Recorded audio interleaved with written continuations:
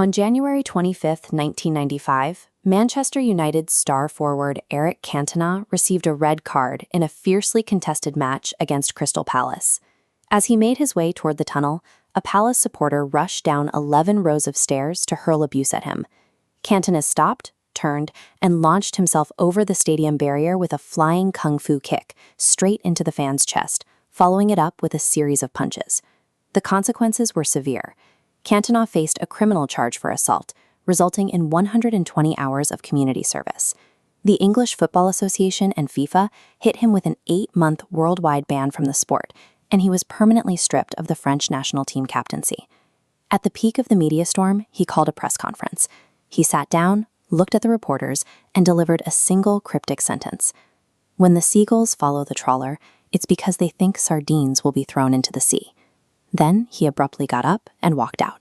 The best player in English football had seemingly self-destructed on live television. To understand why an athlete with so much talent would risk his entire career in a split second of rage, we have to look closely at his past.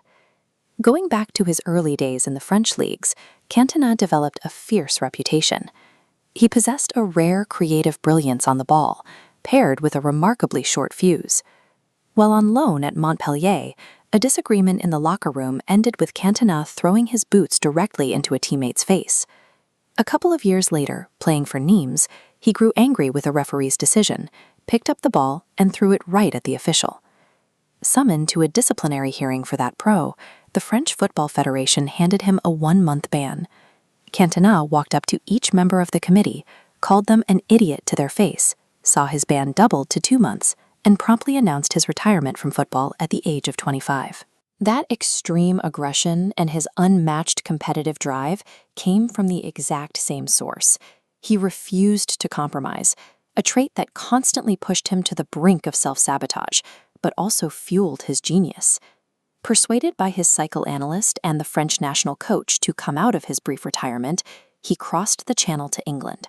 He signed with Leeds United in early 1992, stepping right into their starting lineup and immediately helping them secure the First Division title. Despite the success, he quickly clashed with the Leeds management. By November, he faxed in a transfer request, and in a bargain deal worth just £1 million, he was sold to their bitter rivals across the Pennines, Manchester United.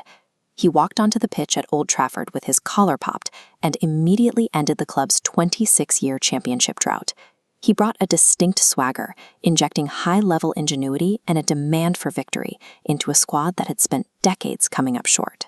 Which brings us back to the 8-month ban in 1995. Without their talisman, Manchester United struggled to maintain their momentum. They narrowly lost the Premier League title to Blackburn Rovers on the final day of the season. Barred from even playing in closed-door friendly matches, Cantona grew deeply frustrated with the restrictions and submitted a request to terminate his contract so he could leave England entirely. Manager Alex Ferguson had to fly to Paris, tracking him down to personally convince him to stay. This exile tested Cantona in a way he had never experienced. He had to sit in isolation for almost a year, controlling his volatility, if he wanted to reclaim his spot at the top of the English game. He made his highly anticipated return on October 1, 1995, stepping onto the pitch against Liverpool. It took him exactly 2 minutes to set up the opening goal, and he secured a point by scoring a penalty later in the match. This chart tracks Manchester United's plank accumulation during the 1995-1996 season. You can see a sharp upward inflection point that perfectly aligns with Cantona finding his rhythm after the ban.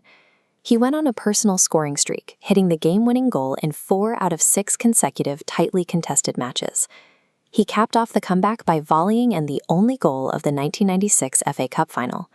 In his 5 active seasons with Manchester United, excluding the year of his suspension, he led the team to 4 league titles.